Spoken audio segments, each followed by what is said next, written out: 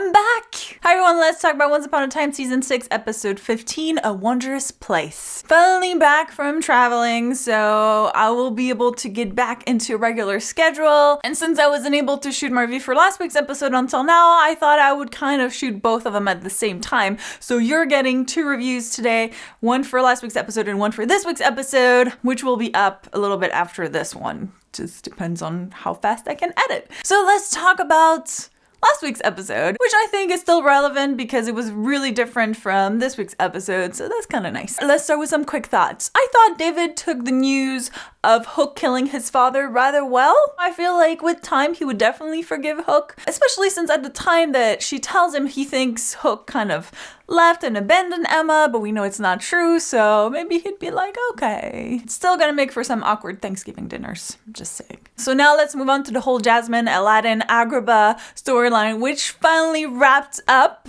So that was kind of nice, I guess. I love that Hook helped them because at least it gave him something good to do while he was away from Emma, and it kind of gave us some information about the whole Aladdin Jasmine's backstory. And Ariel was back. And when she was flying with Jasmine on the flying carpet, was anybody else wanting to sing I can show you the world? Just me? Okay. And as much as I was happy to see Ariel and she had some sort of connection to them because I guess she was in Agrabah before and then she actually had Jafar's lamp, I did think it was weird that she was there. She's a mermaid, you know, in a desert. I guess they did make fun of that, so. So we got Jafar as a genie, which kind of follows the Disney cartoon because in the cartoon he eventually becomes a genie and he's stuck in the lamp.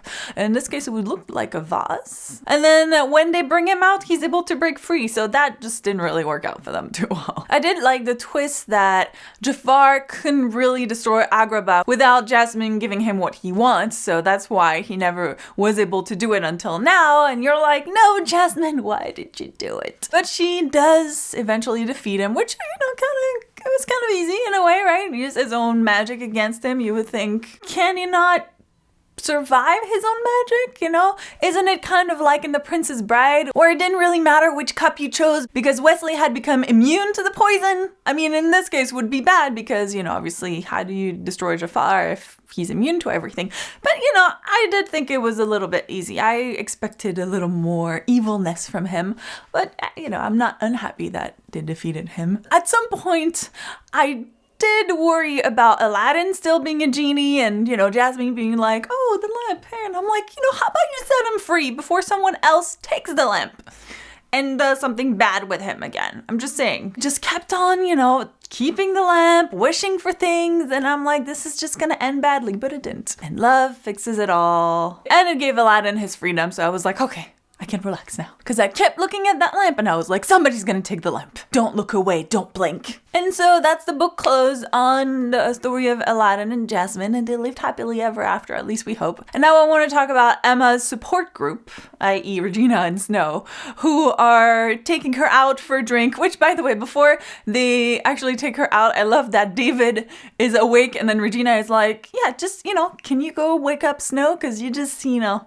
we just don't need you right now. And he's like, can I be awake? Can I live? Gosh. And of course, at the end of the night, we get such a cute scene between Hook and Emma far away, but they're reaching each other through the shell. At least, you know, Hook is talking to her through the shell. And she now knows that he did not abandon her. Yes.